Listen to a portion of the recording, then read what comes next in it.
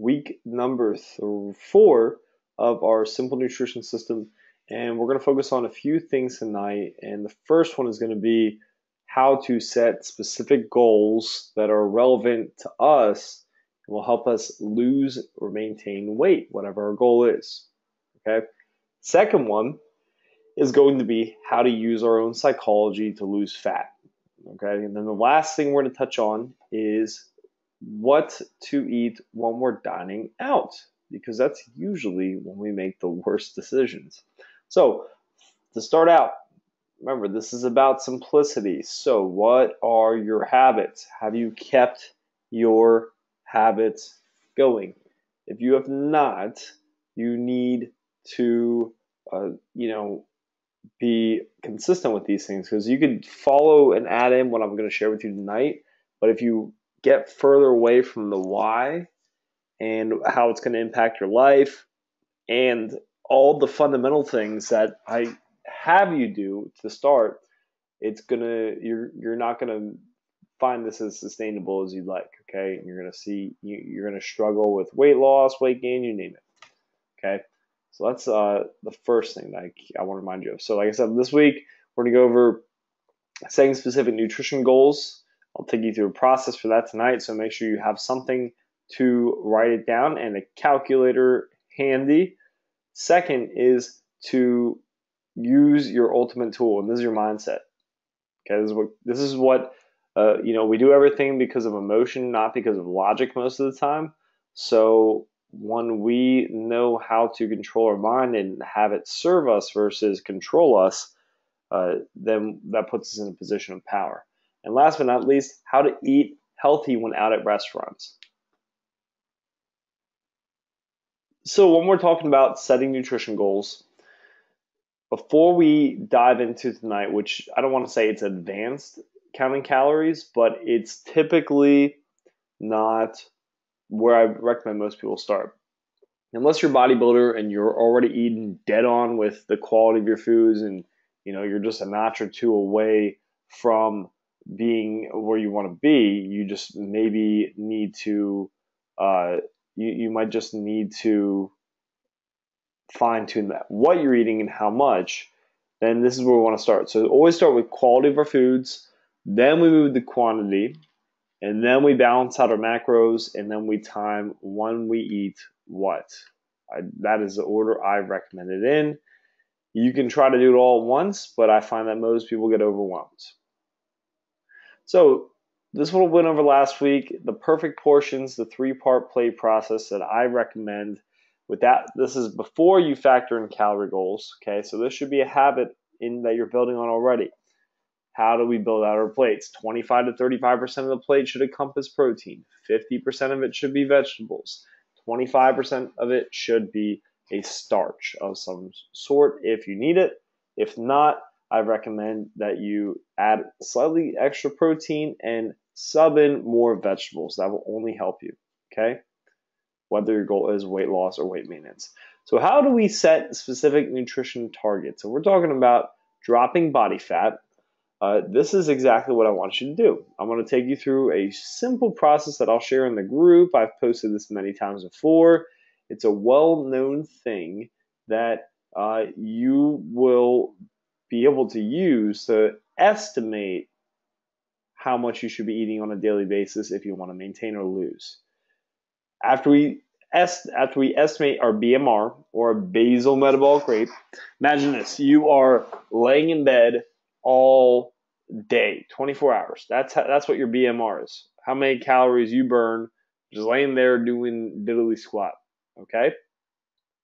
Then we factor in activity, because yes, if we don't work out but we work in office, we're still moving. We're still getting up, getting in the car, brushing our teeth. We're still moving, expending energy. Not a lot, but we do want to factor that in when we're setting goals. All right, so here's how you factor your BMR. Now, I'll share this equation later, so don't stress about getting it down. It's called the Harris-Benedict equation, and you want to use, obviously, the imperial or American version, not the We don't want kilos factored in here.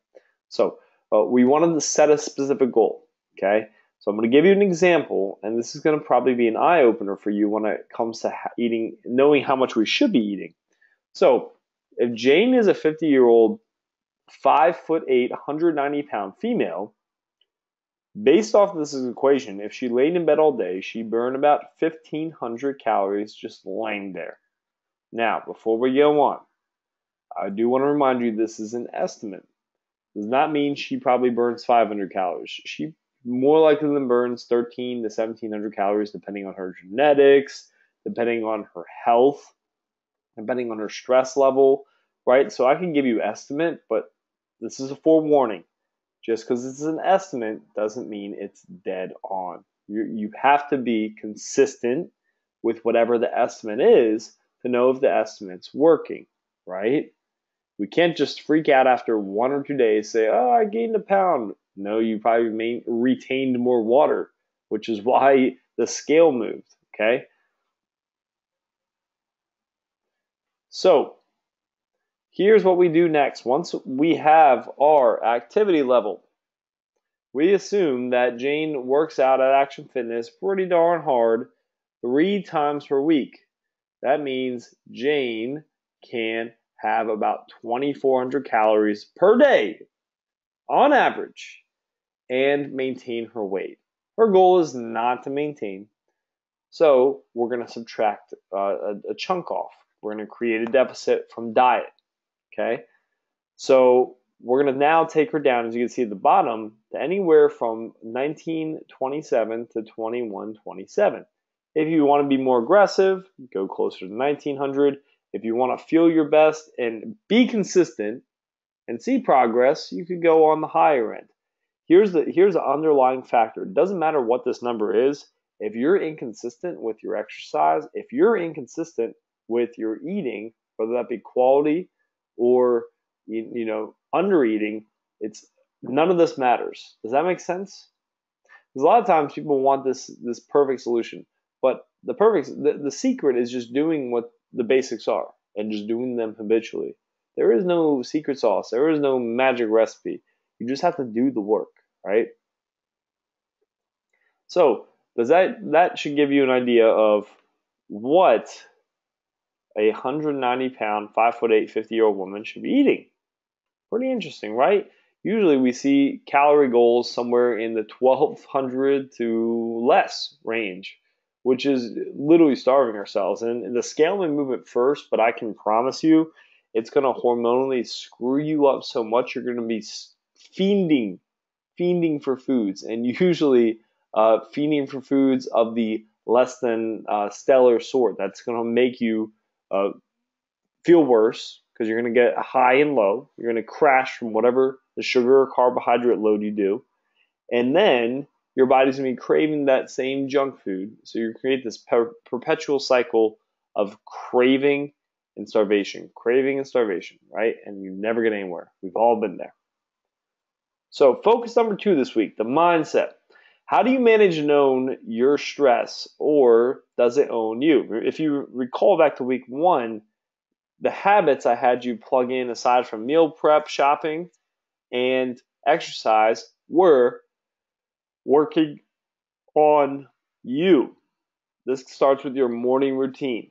What are you doing in that time in the morning? Are you giving to yourself? Today I followed my morning routine and I felt incredible.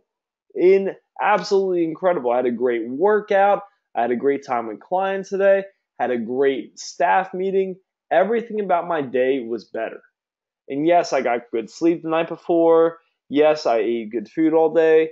But that's not the point. The point is that I set the stage. I set the foundation, because it's one of those things that's so easy to just say, oh, I'll do it later, or, oh, I feel fine, I'm not going to worry about it, and justify and not do it. But, the professional, not the rookie, the professional is the one that does those little things that don't add up, that don't make a significant change today, but add up over time. And by giving yourself that morning routine in whatever fashion you want to, I gave you a few different ways. I choose meditation and journaling and reading. That sets my day off like a freaking rocket ship, okay? So how do you manage and own stress, or does it own you? Your morning routine, the quality of nutrition. Here's the second thing. If you're eating sugary foods, would you agree that your body is deciding when you're craving what and how you think and feel? I can guarantee you, if you're crashing from having too much food, too much crap food, or too much sugar, or sugar in general, that you can't think clearly, you feel sluggish, you're not motivated, and it feels much easier to go to eating more food because you're bored or you're anxious or you're stressed, right? The last thing you're going to want to do is to do whatever it is that you need to do. Sometimes it's exercise, sometimes that's prepping our food. See how it all ties together? And then daily exercise. I believe that everyone should move every single day. I make it a point, whether it be a 30-minute dog walk on my once a week rest day, or 60 minutes plus in the gym for me personally. That does not need to be you. Make it a priority. If Action Fitness is closed, or if you're not coming in for a training session, get your butt out and get your heart rate up. That's simple. When you make things a habit, they become a lot easier, right? If you're a mom on this call and you take care of kids, or you have taken care of kids, you do a lot of shit for them that you typically wouldn't do for a stranger before you were a mother, I would imagine, right? But being that you were their mother, you just did it, and then you did it again, and then you did it again, and then it became less and less painful, like having to run the kids around, from sport to sport. That's exhausting. And I'm sure you probably didn't want to do it the first time you did, but just became part of what you did. Just like eating right is, just like exercise is, just like shopping and prepping and planning is. Okay? This is about the quality of your life. As much as this is about nutrition, how we do the little things is how we do everything. And working on ourselves and our food is something that you need to be coming down to the details with. Okay? And at the bottom, I always love to remind us, we all know what to do, but why don't we do it? If we were all logical robots, we would do everything we need to do. We'd have perfect health and we'd have six packs. That is not the case. We are creatures of emotion. Okay? If we don't manage that emotion, that mindset, our thinking, then none of this matters. All right? So, but Coach John, so this was actually supposed to be back on the calories. Uh, it's not. It sounds like a lot of calories, right? You're telling me I need 2,300 calories, 2,100 calories? Yes. How is eating 1,000 calories worked for you? There's a reason you're sitting in front of your computer or me in person talking to me. It's because whatever you've been doing has not worked. Just trust the process and run it consistently. Okay. Next thing, what if it's not working? First thing I ask you is, have you hit your goals every single week? Have you hit your 1,950 calories every single day, every single week? If not, how do we know it's not working? If you're splurging once a week and having 4,000 calories, wouldn't you agree all that work you did the other 6 days to create a deficit is probably going to be in vain? Okay? You see where I'm coming from this? Now, there's strategies and tactics that you can do to decrease your calories, to stimulate yourself forward. But at the end of the day, look at it this way. It's just like your personal finances. If you spend more than you make every week, you're going to run out of money, right? You're going to be in the red, okay? So we're trying to get you to a place where we can have confidence in what we're doing. Because there's no point in me dropping your calories down if you're not hitting the ones I recommend to you in the first place. At the end of the day, too, the only way we know if this is working is if we run the plan and run it consistently. It's an estimate. It's not perfect. So back to mindset. Self-talk. This is the stuff that no one likes to talk about that I love to talk about, because everything is a thought process. Our thoughts dictate our feelings, and our feelings dictate our actions, and it all ties together, right? If we feel like crap, we're going to think negatively, and we're going to be less inclined mentally to get in our car and drive to the gym. Just like if we're in a negative mindset, if we're down and frustrated and depressed, that's gonna tie in to our emotions. And when we're emotionally down and depressed and physically down and depressed, and mentally down and depressed, you can see how it's not very easy to get in the car and go to the gym and choose to eat healthy things, right? Does that make sense? Okay. So self-talk. What's the conversation you have when you justify things? We all do this every single day. This conversation happens, whether it be about the food, about doing the errand, about doing the thing at work, about making the phone call, whatever it is, we're doing it. Okay? We justify it. I'll get to it later, or whatever it is, whatever the conversation is for you. The more you become aware of these things and you manage this, the better your life is going to be. I can promise you it's impacted my life, but also the more successful and healthier you're going to be. Would you agree that if you became healthier and had more energy, everything else in your life would improve? That's what I'm getting at right here. Okay.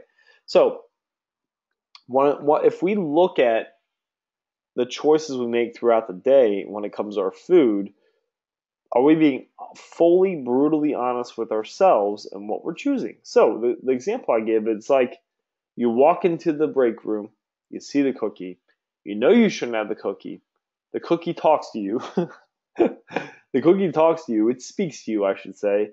And you want the cookie. You crave the cookie, and then finally you have the cookie. What if you dig deep and you really think about it? What was a conversation that led to you actually grabbing that cookie and biting? Where was the tipping point? That's where you need to flex your muscle and develop it. Because when you have control over those little things, that's when the rest of your life changes. Okay? When you have that self-discipline, you manage your emotions. See how it's about nutrition, it's about calories from the cookie, but it's really about how we think. Because if we spend our time, effort, energy justifying our actions, we're never going to get anywhere. We're just bullshitting ourselves. We bullshit ourselves. We're being selfish towards others because we're spending their time having them listen to us about why we haven't reached our goals. In all reality, though, we are not doing our part.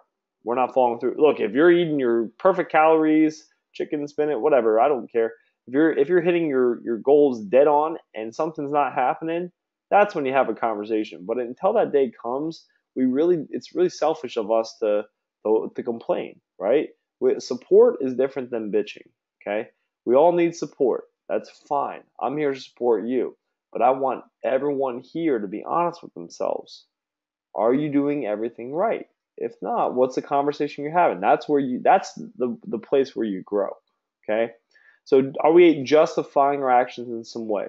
What do we say to ourselves? We've all done it. Think about it. Okay? And as you think about it, the next time this comes up, the cookie comes up, because it will, use your self-talk. All right?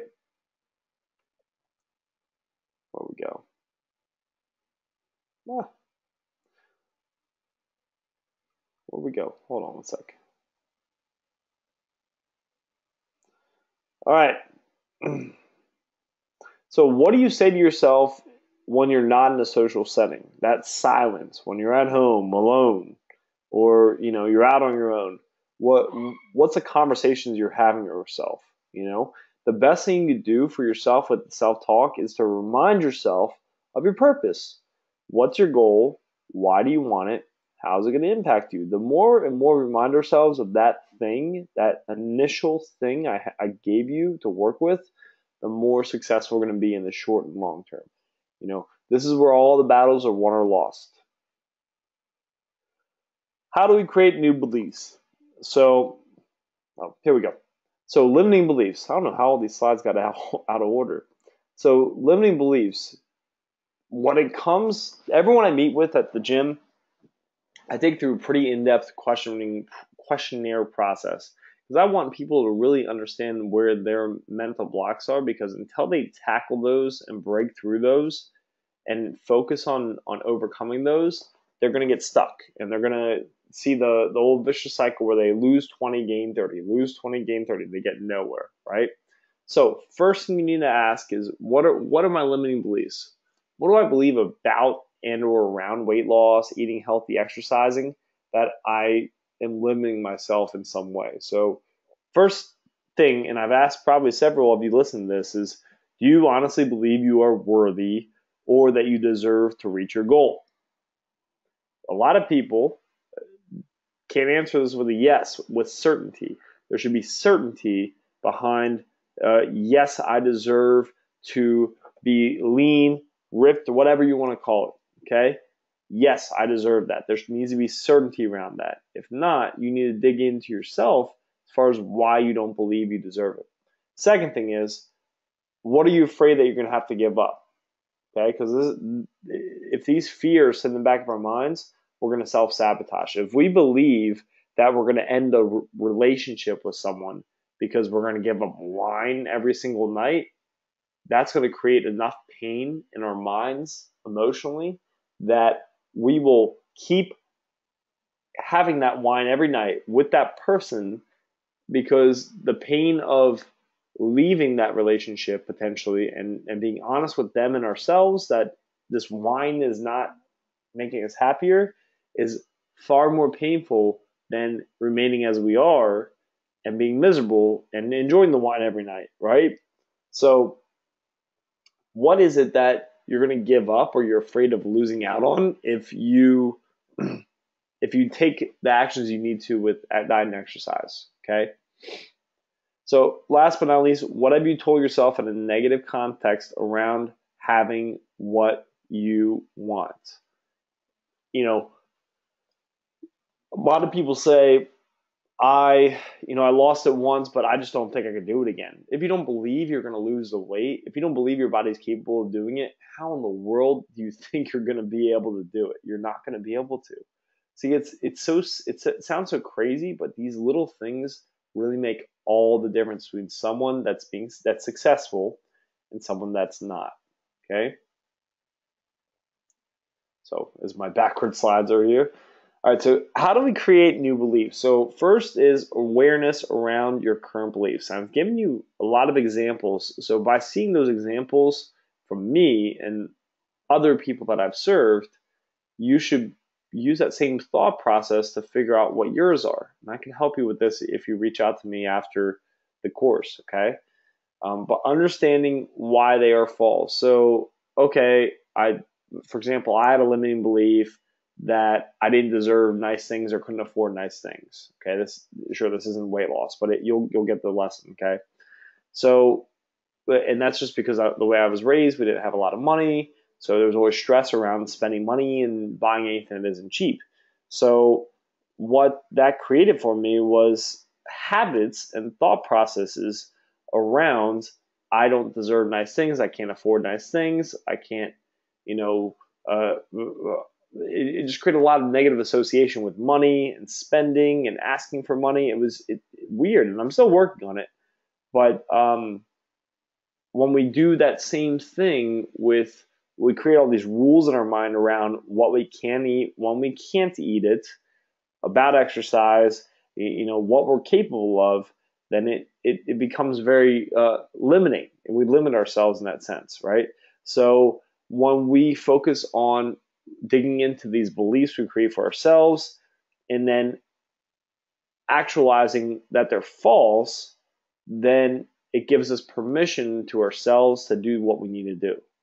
When we accept the fact, for example, that we don't need to eat cereal every single day, that because it's not true that that's the best thing to have for breakfast, because science has shown that, for example, then we will become healthier people because we'll probably eat stuff that's not crap. Okay, but the difference is that science isn't going to tell you what to believe when it comes to your eating habits and your social habits, or your nutrition or your exercise. You're going to have to decide that for yourself. The cool thing is there are no rules. You can make up whatever belief system you want, right? So when you define what your new truth is, then it changes everything. Okay? So for example, that money one I gave you about myself, I had this crazy belief that I didn't deserve nice things. I couldn't afford anything nice and I never would, because that was ingrained in me. My new phrase that I tell myself is I deserve the best in life and money is never an issue. Now, if you had two people and each one of them had one of those beliefs, who would be more likely to embrace experiences embrace their spending habits in more of a positive, healthier manner? Probably the latter, right? The one that says I deserve the best in life and money is never an issue, versus the person that's freaked out about money all the time because of the way they think. Same thing needs to happen for your nutrition. If you're stressed out all the time about how many points you've spent for the day or how many calories you had, then it's going to be a lot tougher for you to be successful than if you created some type of belief where just an example, you could go from I'm deathly afraid of carbs and I'm going to gain a pound to I feed my body nutritious foods and I'm full of energy, right? Very different, but you kind of see how the thinking differs there, all right? Next thing, write it down and remind yourself of it. And then I've given you the actions towards this goal, okay? So repetition of the new beliefs. So actions towards your goal is going to build your confidence in what you're doing. And then repeating the new belief to yourself is going to ingrain it. Daily self-awareness, though, my friends, is really the secret, because the more aware we become of what we're thinking, what we're doing, why we're doing it, the more in control of our lives we are. So focus number 3, here's the good stuff. So I'd say the fun for last. So eating on the go, where the heck do we start? So follow these principles I teach, okay? So step number 1, protein is first always. Always, always, always, always, always, always, always build your meals starting with protein. If you don't, you will not get enough protein. You will have more carbs than you need. You will probably overeat and you will get fat and unhealthy. Okay, so protein first. 4 to 6 ounces of lean sources. I recommend upwards of 6 ounces. Avoid sauces when you can and choose grilled over fried. It's simple. Okay, step number 2 is vegetables and then your starches if needed. So let's talk about practical application. We walk into a restaurant, what exactly do we do? So let's look at appetizers first. So the do nots, yes, that may be a negative association, but it's for a good reason. Breads. Don't eat bread if you're trying to lose weight. It will not help you. If you're trying to maintain weight, you probably shouldn't eat either unless you exercise very intensely for an hour or more today. Okay? Fried foods. They're not going to help you. Stir fried in, quality sauces, quality oils is not bad. But when we're talking about, vegetable oil or canola oil surrounding a bunch of vegetables, we're adding a ton of calories. So you kind of have to pick your choice with that one, because you can have your food stir fried, but does it fit within your day? If this is one of 7 meals, you probably don't want to have stir fried vegetables every meal in heavy oil. Okay. Last thing, avoid all creams, creamy dips such as spinach dip, cheeses. You're going to eat 1,000 calories before you sit down for your meal. So what I recommend that you choose instead, just a few simple examples I threw out. Obviously vegetables, obviously some fruits. Deviled eggs, that's one of my favorite appetizers when it's available. Meats and hard cheeses, like I'm trying to think of the right. Yeah, so meats and cheeses would be your next best option. And then smoked salmon, for example, all the kind of oddball appetizers.